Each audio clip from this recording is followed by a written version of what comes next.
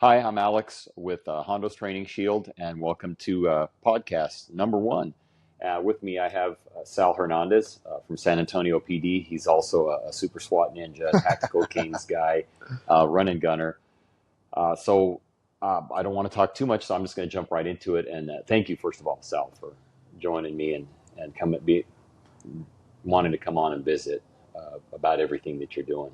So I'm just going to let you introduce yourself and what you do right now. Well, thank you for the invite. And I respect you a lot for what you've done in the past and respect you for how you're carrying yourself over in your retirement. So it's awesome to have you as a friend and, kind of inspiring me to kind of see what I can do in the future. I feel like you're a professional, in work and outside of work. And it's awesome having a friend like you. So thank you for having me on. Thank you. I appreciate it. So we'll jump right into it. So you've been with San Antonio PD for how long? 12 years now. Been on SWAT for going on 8. Wow, 8 years by already. Yeah, it went by really fast. Still remember my first week. Yeah, that's amazing. How some of those memories are very vivid. So what prompted you to? Well, let's start with what prompted you to be a police officer. So I played baseball my entire life, and I wanted to be a pro baseball player. That was like my life. Got posters all up in my room of like pro baseball players who I really liked and admired at the time. And went to college, played baseball 4 years, started, and that was my life. I put all my effort and time into that. And when I didn't when I didn't get drafted out of college, I was pretty heartbroken, and I needed a job because I had to pay off debt, like most college kids have nowadays. And so I applied to every police department that I could think of in Texas. My dad was a correctional officer growing up, so it kind of inspired me to kind of go that route. And I had never been to San Antonio, never really heard of it, but I applied there, and they were the first to push me through the process, and I'm very lucky to be here now. That's awesome. Do you think that as far as your competitiveness and your competition stuff, do you think that your time in college playing ball really helped to mold you as far as the drive for that? Absolutely. I think also having my dad being on my butt all the time as a kid and pushing me past my limits early on. It's like it was instilled in me as a young kid to like train hard, to get to practice early, to stay late, and continue to put work in. Because I feel like I was never given natural talent. I feel like every sport I played, hockey and baseball and football, I had to put in the work overtime and on my own time to stay where I was at, just to be competitive with the guys who had natural ability. And it definitely translated over to my career now as an officer. Fantastic. Yeah, ultra competitive. I know if he shows up, I wasn't gonna get first place. So, and that's a good thing. It's great to see, and thanks, Dad, for instilling that drive. When did you start competing? So I started competing in 2017. Was at TTPOA. See your shirt there. Yeah. I was fortunate enough to make our competition team. It was my first year on the team in SWAT. I made it in 2016 at the end of the year. Well, that next year was coming up to the TTPOA SWAT competition. At the time, the guys that were doing it before were kind of phasing out, and they were like, "Hey, there's a few young guys. You guys can do it." At the time, I made the team through attrition because nobody else wanted it. Did I think I was the best? Heck no. There was guys that were way better than me. Like, I was like, man, these guys are going to let me compete. Like, they really trust me out there to go there and carry the trophy that's in one of our fallen officers' names. I was like, man, this is a lot of pressure. And that really opened my eyes to what I struggled with all around as an individual operator, competitive shooter. And I realized that I needed to get better in order to help my teammates out, to do better in the competition, and also at work. So after that TTPOA, I got into running guns, got into like very small club steel shoot matches. And then I found the tactical games in my journey through SWAT competitions. Fantastic. I want to go back and touch on the tactical games here in just a second, but you brought it up, Rocky, and how I talking to your current sergeant now. I've known him for a lot of years, and he gave me a rundown of how competitive you guys are, just because of who you are, but also because of what that trophy means. Can you explain that? Yeah, that trophy. So John Rocky Riojas was a SWAT officer for several years, and he was killed in line of duty. And since then, they've named that trophy after him. So it's the TTPOA. The trophy says John Rocky Riojas and has his name on it. And our team has always been pretty competitive every year. We've always been in the running for first place. And when we win, we always get that trophy. So whoever wins gets that trophy, and they take it back to their department for a whole year until the competition comes back. Well, when we win it, we give it to his family to hold on to it for us. And then before the competition, we pick it up and we take it back to the to the competition. And yeah, that weighs a lot on us, because I remember in 2017 we didn't win it that year. That was my first year, and when I got back, I wanted to take a week off of work. I did not want to show my face, because like knowing all the guys on the team, like Pete, Zig, and Lance, and all these guys that have been competing for years, their tradition of winning. I came over here and I was like, wow, these guys are winners. Like all the trophies in the office. And when we came back empty-handed, I was like, man, we definitely let them down. And it sucked coming back. And that's when it really drove home to me that I need to get better to be better for the guys. That's self-imposed exile. Oh, yeah. And, that pride that you take, and you want to represent the team, especially for that. And yeah, because it's not Sal lost. It's San Antonio SWAT lost. Yeah, right. SWAT took fourth. It wasn't me. It was the team, and I'm a part of that team, and I don't want to be the reason why that team suffers loss, And that's a great segue is the team. I was watching the movie SWAT with Colin Farrell last night with my wife. And of course, there's a lot of things that they just took their license with Hollywood. But one of the things that I think that they represented very well was when things started happening and started unfolding, the way the SWAT guys just took action, and they worked as a team, and they didn't have to tell each other what to do or what they were going to do. They just acted. And a lot of that comes from an institutional knowledge from the guys that have been on the team before us. So if you're comfortable with it, can you share some of the guys who inspired you, the old guys on the team, even if they weren't on the team, but they were still on the department, that really brought you up and mentored you? Yeah, definitely. First that comes to mind is Joey Obregon. He was on the team with Rocky. He was actually his partner. During the time he was on the team, good friend. They were classmates in the academy. And he truly inspired me and a bunch of other guys. He retired here as a SWAT officer and spent a lot of his time here. His whole career.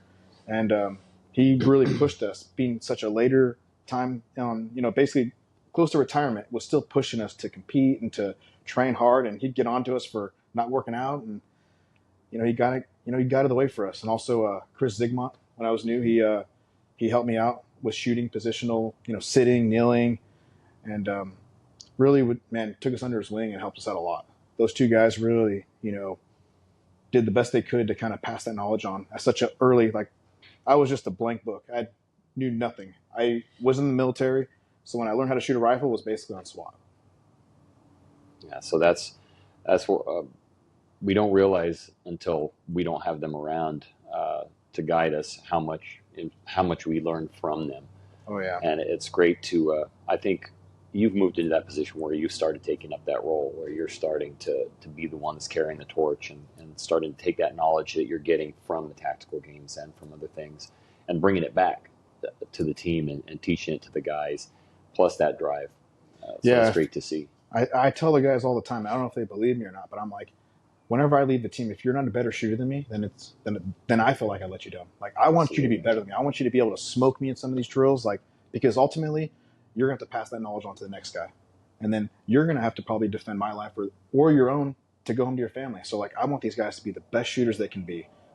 Tactics aside, shooting is a hard skill that you have to practice. Dry fire and live fire. And I want to be able to set an example to these guys early on that, we have the luxury to go shoot every now and then. And, man, go out to the range and shoot. Let's run some drills. I'll help you. Just like you've helped me in other things, So I want to be able to help them build their career and, like I said, eventually pass it on. That's great. So let's talk about the games now.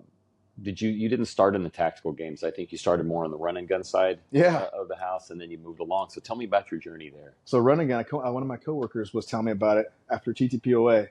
I was like, man, that's something I've always wanted to do. He was showing me videos on YouTube. And I was like, okay, I'm a pretty good runner. Not really good at long distance rifle shooter, but hey, I want to learn. So I bought an LPVO. I remember it was a Trijicon Credo, the one before that. And had no clue about different ammo. So I used 55 grain ball ammo that was shooting very inaccurate groups at distance. I learned the hard way. I was shooting 40 cal with irons and jumped right into it. First one was in North Texas somewhere, and I remember I ran so hard, but I think I DNF'd like 3 or 4 stages. At the end of the competition, they were like, "Hey, did you get lost on the route?" And I said, "No." They were like, "Hey, you like smoked everybody by like 10 minutes." I was like, "Yeah, I run pretty fast. I've done a few half marathons." They're like, "Oh, that makes sense now." And I was like, "Yeah, but I'm not really good at long range shooting, so maybe you guys can help me." And since then, I was hooked. I would say after TTPOA, that first one, I was like, "This is something that's so much fun." Those DNFs are a gut punch, right? Oh man, you're sitting there, you're just dumping rounds at the same target, and you're like, "I think that's 300." And you're just then I start aiming high, left, right, low, and I'm like, "I'm not gonna hit this damn It target." can really break you. It really can get Oh, inside your head. So as you were doing the running guns, you started getting better. You started getting noticed. I think that was about the time where we started competing mhm. together. I think I'd done a few of the smaller ones, and we ran into each other. I think the first time was it Venado It that was, we yeah, ran against each other the first yeah. time. I You remember know what? One time we met for that. It was the the RDI that's attack fit, that's right? right. Yeah, That's right. yeah. I Where always heard you? about you, and through friends of friends, Mhm.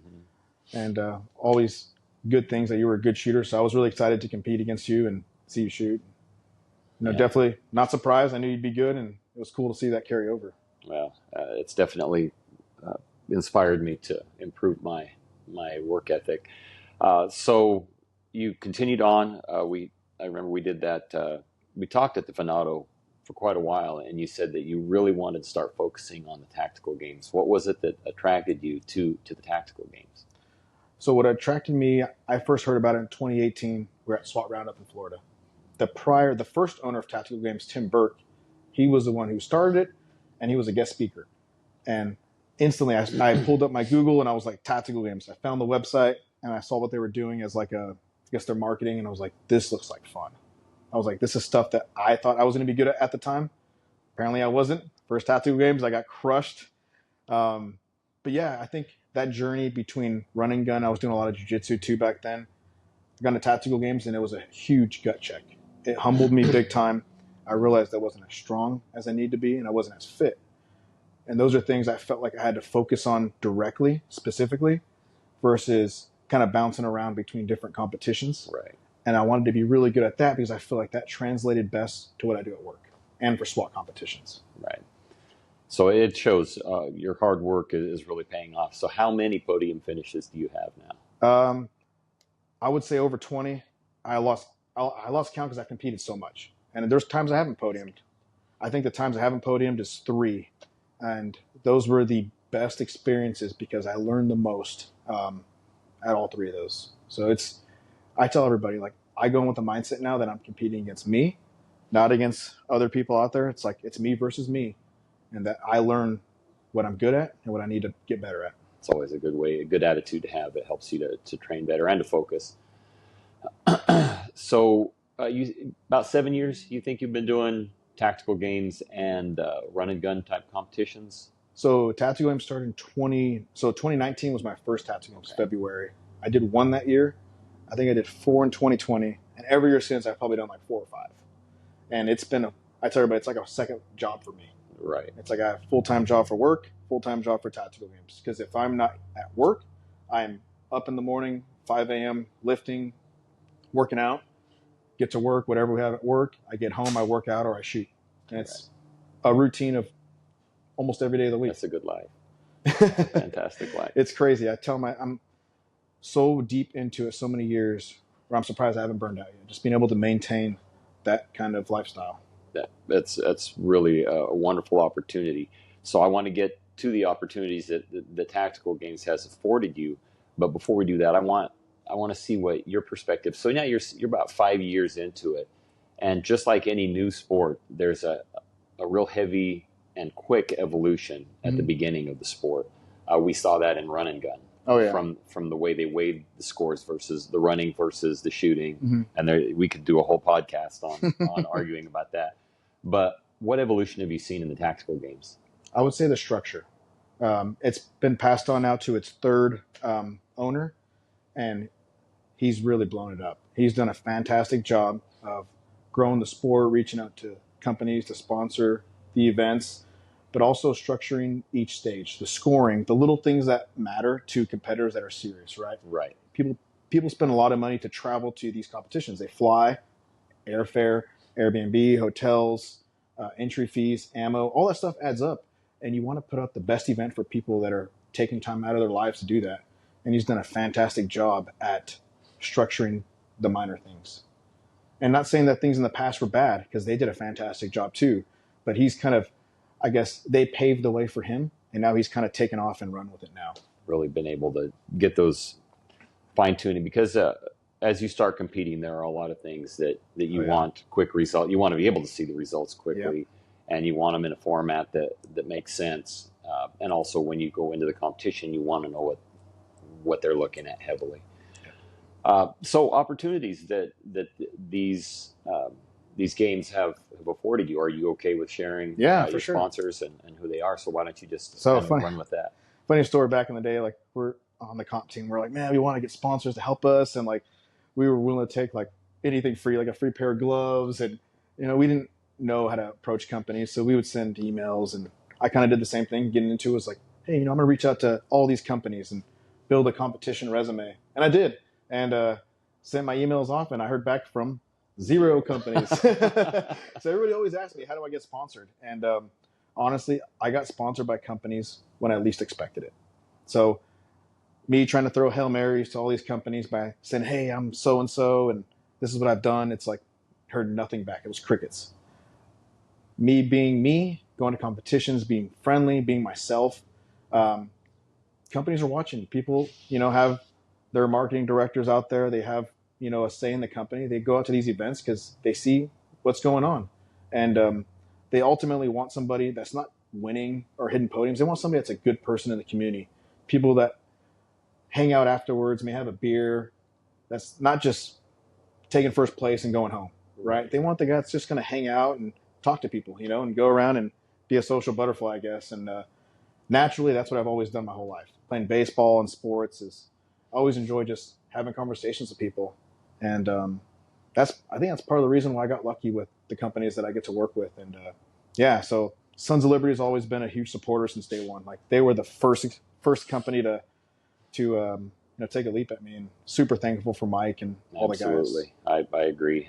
I can't say enough good things about those guys, and I've recommended them to a lot of agencies. And I used to be an independent rep, and they were one of the companies I represented, and I've always enjoyed and still keep in contact with them. It's awesome. Love those guys. Yeah, he was. He told me from day one. He was like, man, dude, you work so hard. I have a good feeling that in a couple of years you're going to have a lot of companies after you. And I was like, yeah, right, man. I was like, I'm just a nobody in this little sport having a good time, and I don't know if he could read minds or read the future, but like a couple of years into it was, Magpul came along, Staccato, Aguila Ammunition, absolutely, and Under Armour now. And it's just unbelievable. I wake up and all I even tell myself, I'm like, I can't believe like all these opportunities have happened. I'm like, I don't get it. Like, it doesn't make sense to me that all this has happened. And it doesn't make sense still. I'm just like, I can't believe all these companies, I get to work with them. I think anybody I've ever talked to that has a work ethic, I'm not going to say like yours, because very few have a work ethic like yours, but similar, that have that drive. It's the same story. I don't know where it all came from. Well, the rest of us do. We can look and say, look how hard that guy's working. Everything that he's getting, he deserves. Except for the jealous people. They won't say that. But that's... And there's a lot of people that I know, like friends and good shooters and good athletes and good people that don't have the same opportunities. They don't have the sponsors. But I tell them, like, man, just keep being you and things will pop up. I was like, absolutely, you can't just let your hopes down. I tell them, like, it took like 3 or 4 years before I started working with some of these companies. And now that I'm with them, I'm like, I just want to build a relationship with them that can last a long time, not just short term where I'm like, hey, peace out, see you, I'm done. Like, I want to actually help. I'm out. Yeah, like I want to help with product development and getting things out to other law enforcement officers and just kind of see if I can have an impact there. That kind of folds in, just like we were talking about the institutional knowledge on the team. You're taking that concept and you're bringing that over to the industry. There's a lot of things that in the past we saw, a reinventing of the wheel. Mm-hmm. You see it a lot in the firearms community. Sometimes resistance to change in the police world. We saw it with the shooting positions and red dots. I thought it was really interesting that we went through the whole late 90s. Delta went through all the testing, and they adopted red dots, and then it still took us a long time to adopt it. We had all the arguments about battery power and everything else. Finally adopt it, and then fast forward to about 15 to 20 years later, and we have the same argument again over pistols. Yeah. So, there's a lot of wasted effort there. But I think the industry as a whole has figured out that if they find people like you, that they can accelerate that learning curve and move forward. I 100% agree. I think it's awesome to see a change. And I've been in the industry a long time. It's only been, a handful of years. But to see that change is awesome, that they're actually getting it into the guys and girls that are running their equipment, their gear, and testing it out and giving them feedback. And ultimately, that's like what I want to see, because their equipment, their gear is going to be in the hands of guys in the military, law enforcement, and even everyday civilians. Absolutely. So you have a lot of influence. So a lot of people see you on your Instagram and all your other posts, and they start seeing you and they want to think, hey, maybe I want to come do the tactical games. But the one I want to talk about right now is your wife. So how did you get her into it? So she's always been by my side with all the crazy things I want to do, whether it's jiu-jitsu, run a half marathon, anything I want to do. She's always been like, all right, you're going to do what you want to do. And, I'll take the time to be there by your side. And I would say 2019, 2020, would compete all over the country. And she was always there as like my little caddy. And I asked her one time, I was like, hey, would you ever do this? And always it was like, no, instantly no. She was hesitant of guns, scared of pistols, rifles, shotguns, doesn't matter. In the house, I always kept them on my side and told her, like, hey, these guns are loaded. You don't have to touch them. She's like, I'm not going to touch them. I could be like, hey, just look at this gun. And she wouldn't even want to dry fire it or anything. And I would say a couple of years in the tactical games, the women's division started to get popular.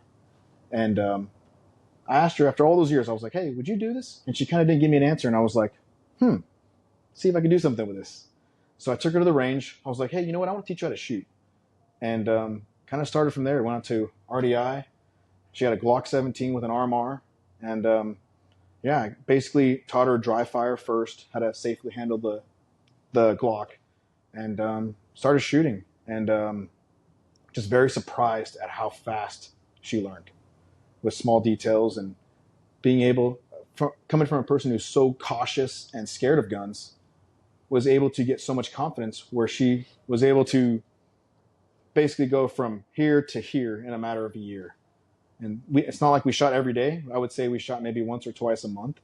But in those times, she was paying attention to the small details. And it's very crazy how her journey started. That's such an inspiring story. That's the company that I've started is really geared toward that, because I know there's a lot of women out there who want to not necessarily get into the competitive side, which I think is great, and I think it's awesome that they have that influence, but also that just want to be able to protect themselves and learn about firearms. And there's not a lot of people out there that are doing a good job, other than some of the pro women shooters, to bring them into that fold. And I want to say that was deep down inside, and I tell her this now, was part of the reason why I wanted her to learn how to shoot, was to defend herself if I'm not there. Because San Antonio is a crazy city, and you never know what could happen. And I feel a lot better when I go to town, when I travel, when I'm at work, knowing that she is capable of defending herself, our house, our dogs. And, it makes me feel a lot better knowing that she is comfortable doing that. And when we've had those talks about, somebody coming in the house and, things that she would have to do. And it's crazy seeing her from college when we met to now, knowing that she's probably more accurate than me sometimes. She didn't have any bad habits, right? Yes. Oh, yeah. So it's really cool to see that her confidence is really high, but also her safety is still a big priority. So it's really good. Well, and it's nice because, as you take off on a call or you go out of town. It's nice that she, but also watching the evolution is really amazing to watch how quickly. I went through that with my daughter and my wife. My wife, when I met her, had never really been around guns at all, and she was very quick to learn. And my daughter, she had the same from being an athlete. in high school, she had that same drive of, I don't even want, and she shot some matches with me. Yeah, I which remember is, seeing that. was a Yeah, it's lot of, pretty I had a lot cool. of pride in that, but she told me, I don't want to go to the match and not know what I'm doing. So she really buckled down and learned all the skills, and It's it awesome. was a really good time. So where do you go from here? I'm really taking a huge commitment to the tactical games this year. Last year, I knew that we couldn't make nationals because my wife, her twin, was getting married. So we committed to being a part of their wedding, which was awesome. I have no regrets doing that because it was a great time, and they are a big part of our lives. But it was the same weekend as nationals, so we missed nationals in 2023. Um, Coming in with so much fuel and vengeance and Right. just energy to compete at nationals this year. I'm so excited. It's already been 3 events for me this year, and now I'm taking the time to really hit it hard in the gym, focus on some things I need to iron out with some weaknesses, and really want to push hard nationals and see if I can make a big run at winning. There's a lot of good guys this year. This is the most competitive year I've seen in all the years. When is nationals? It'll be the second weekend of November. Okay. Second or third, I can't remember. Yeah, second, third weekend. So when do you compete next? It'll be New Hampshire. Me and my wife are actually competing as a partner event. It's a co-ed event, so we're excited to partner up again. We did one last year in West Virginia, and yeah, I would say I'm a hard partner, especially with her. I would say I'm really competitive. She's kind of more on the chill side, so I tend to get amped up a little bit more. And this year, I'm trying to focus on not getting so amped up and staying more even kill, low, because it helps me as a husband too, not just as a competitor, her partner, but it's going to help me as a husband being more understanding. That's the way I see it, and I'm really excited to see how that plays out. And you're doing Venado? Doing Venado tomorrow, and then we're partnering up Sunday, Sniper, I guess Sniper Observer, whatever they're calling it. So I'm really excited to partner up with, for that. It'll be a good time. Yeah, she's a really good rifle, long range shooter now, and I'm excited to see how she does. That's fantastic. I'm excited to see how that goes.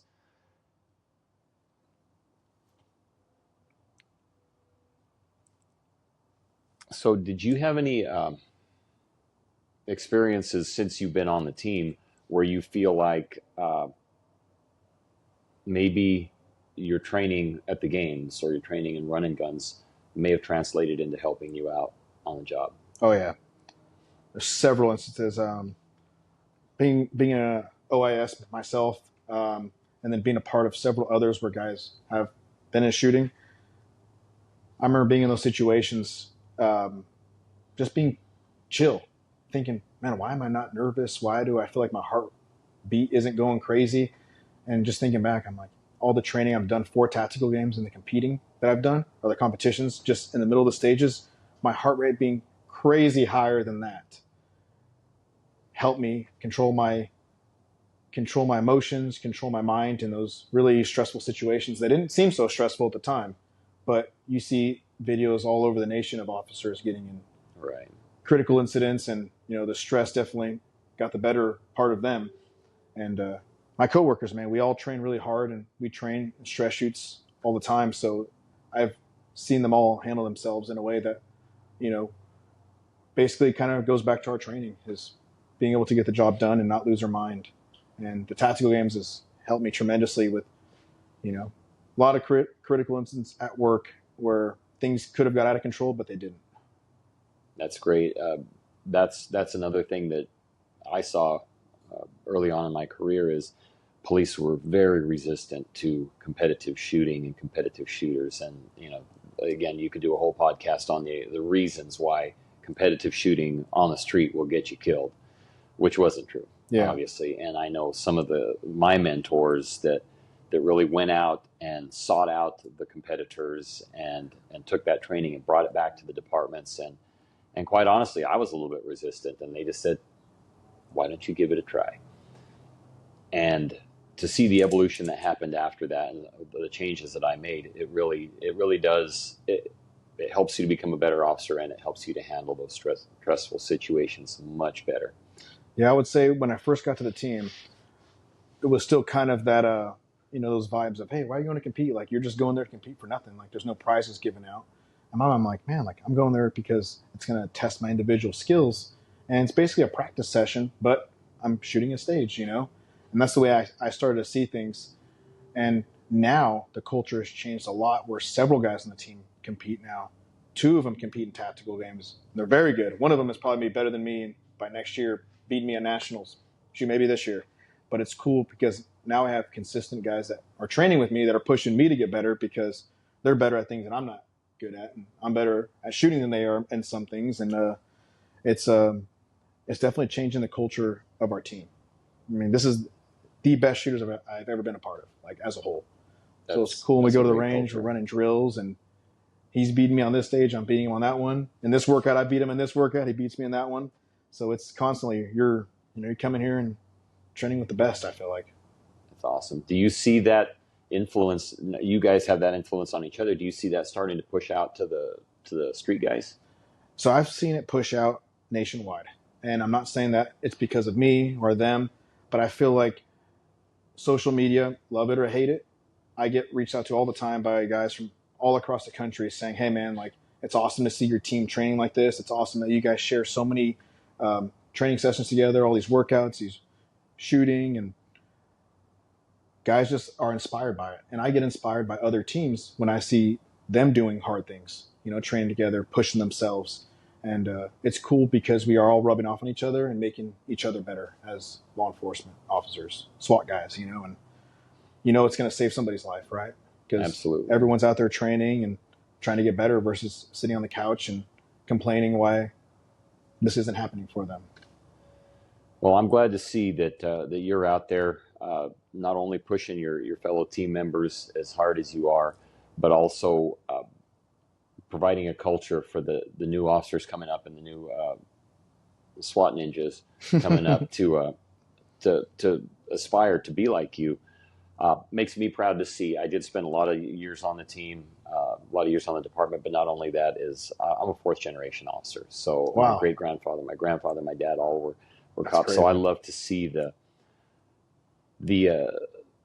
police are still kicking ass and doing a service to our community, because this is my community now, and we live close to here. So I'm glad to see that you guys are really doing your best to push things forward. I'm going to go ahead and wind it down now. Is there anything that you wanted to share before I wrap it up? Yeah, and I really hope that a lot of officers out there hear this podcast and they try to push that change of, hey guys, let's get to the range. Hey, let's do a workout at the range. Let's get better. Let's push ourselves, because it's not only going to reflect them, but the community. Right. Like so many people in the community have come up to us and they're like, hey, we saw you guys in Dubai. We saw you guys at SWAT Roundup. Congratulations. And people tell us, hey, we're so thankful that our SWAT team trains the way they do and competes and puts themselves out there, because it's not only trust amongst us, but a trust amongst the community. And I really hope to see other SWAT teams and law enforcement officers push themselves. That's great to see your generation of the team do the one-upmanship, because I remember your SWAT sergeant got to go to Germany, and so now you guys got to go to Dubai. We're so happy. I'm happy to have him back, because he's a hell of a shooter and a lot of knowledge from everything he's done on the team. Just a good man all around. Yeah, wonderful. I'm honored to know all of you guys. It's been so great to have the opportunity to share this side of the thing of the whole SWAT community, but also the equipment that we've been able to provide for you guys as well. Oh man, the game changers in and of themselves. If you're a law enforcement agency out there and you don't have the Rook, you're missing out, because we use that thing every call out. and it's funny that the words I got texted just a couple weeks ago by your SWAT sergeant, and he used those words, game changer. Oh, it is. There's very few things when we've grown up in the SWAT world that you use those words. The armored vehicles, the Bearcat, that was one of them. Oh, yeah. That really changed the way we did business, because I came on and we still weren't using any armor at all. We were still hiding behind our Crown Vics or a neighbor's house and curbs, and there's a lot of things we shouldn't have gotten away with, but we did. So once again, thank you very much for participating. I'd like to have you back on again when we kind of get this thing up and running more. So first of all, subscribe, like, and share. We'd like to spread the word. And if you have any other guys that do the games that want to come on, I'd like to do it in person like this. And I need to get back and start competing again. And I can do this at some of the games, because I'd love to get people to see that And you know how it is. Sometimes just being able to participate online and see what's going on makes you want to come out and, and for start sure. doing the event. So I'd really love to get that up and running as well. Yeah, for sure. So thank you again. Yeah. Thanks for having me on. It was a good time. Absolutely.